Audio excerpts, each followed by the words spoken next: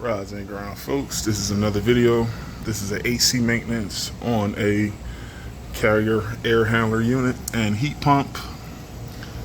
And by looking at the serial, this thing was put in 2019. And the heat pump is out here. With this unit, if you guys see my shorts, I believe, actually no, that inside unit was put in 2015 and this outside unit was put in 2014. But guys, I was here before. I think the customer had a landscaper. It wasn't a landscaper. I think it was a drywall guy. He pierced a hole inside the line set and I made a short of brazing the joint. I believe that was like somewhere over here, but I believe that was either last year or 2 years ago, I forget. But I'm going to show you guys here with the maintenance. I just got here and as you can see, my supply is at a healthy number in the 50s. And once again, right now it's about 72 to 75 degrees out. It is quite humid out, so I want to say it says 72, but it definitely feels close to 80 degrees. So there's definitely a heat load on this unit. So we should get close to accurate numbers. But yeah, guys, I'm pretty sure most of you guys have these Gallo gun cartridges. These work well. That definitely beats carrying up a can of nitrogen everywhere you go.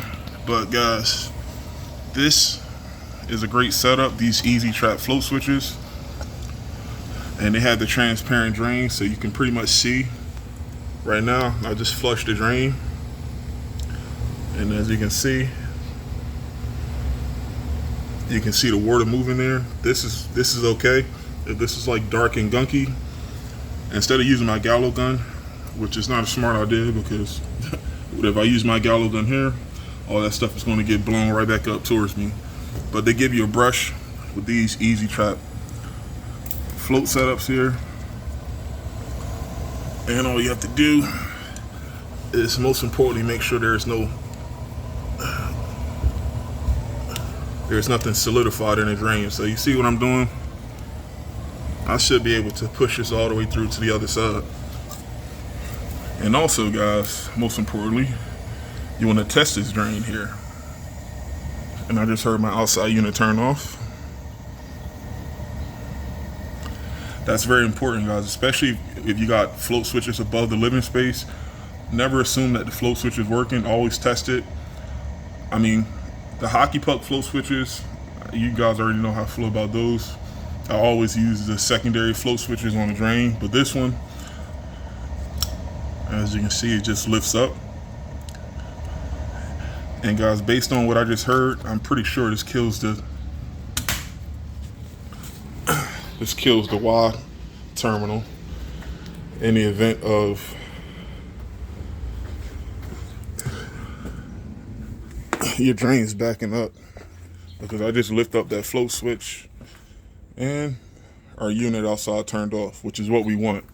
If I would have lifted that float switch up and the unit stayed running, then that means either the switch is wired up the wrong way, or two, the switch is malfunctioned and we'll recommend replacing it.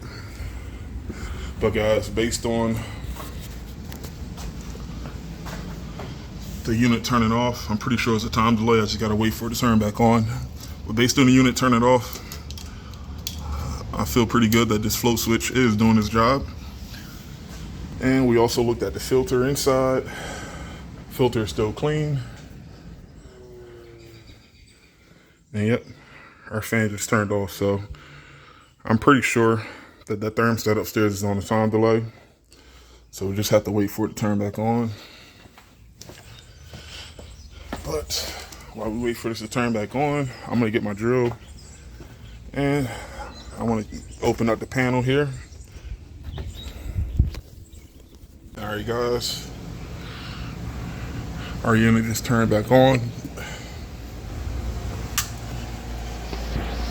And yeah, guys. Oh.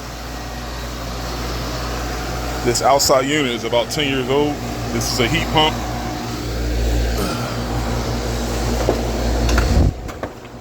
Man, everything's falling off the unit here. Hold on.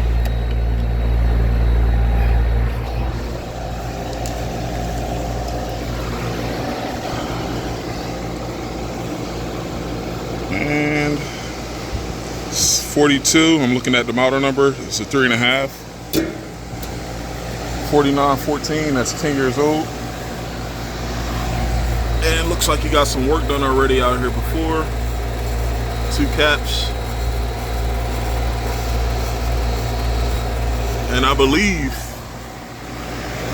I looked at our notes. I believe the note said whoever comes out next, look at the contactor. But I'm going to look at that, guys. I'm going to check the potential difference on that contactor. And like I said, guys, based on our supply, I know, and the suction line was sweating inside, I don't think it's a point in me hooking my gauges up here. And guys, that's another pro tip. You don't always have to hook up your gauges. Now, of course, on an OAC call, that's going to be part of your procedures.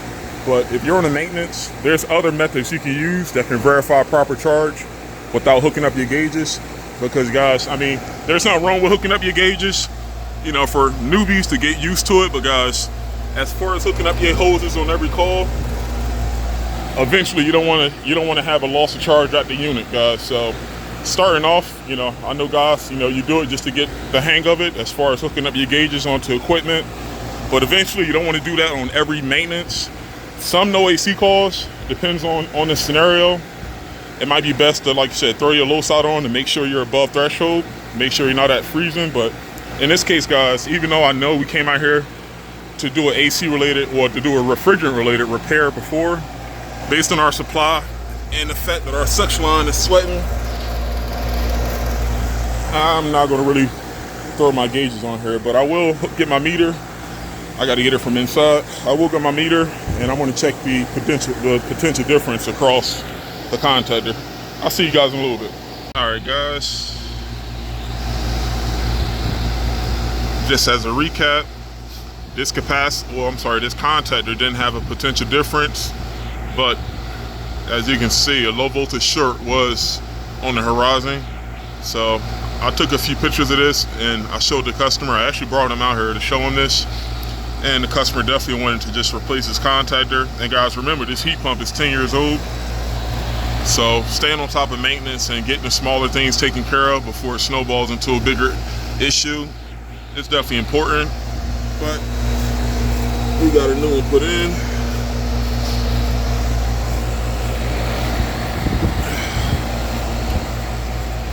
And I'm gonna try to fix some of the fins here. I don't know what caused that here. Maybe something fell on it. But yeah, guys, we're rocking and rolling. I'm just gonna put the door back in out here and checking my numbers one more time inside, and hopefully I can get some channel locks to fix this. But there you guys have it. AC maintenance, Carrier heat pump. I showed you guys what I did inside and also out here, what I found and what I did. So peace out. I'll see you guys on the next one.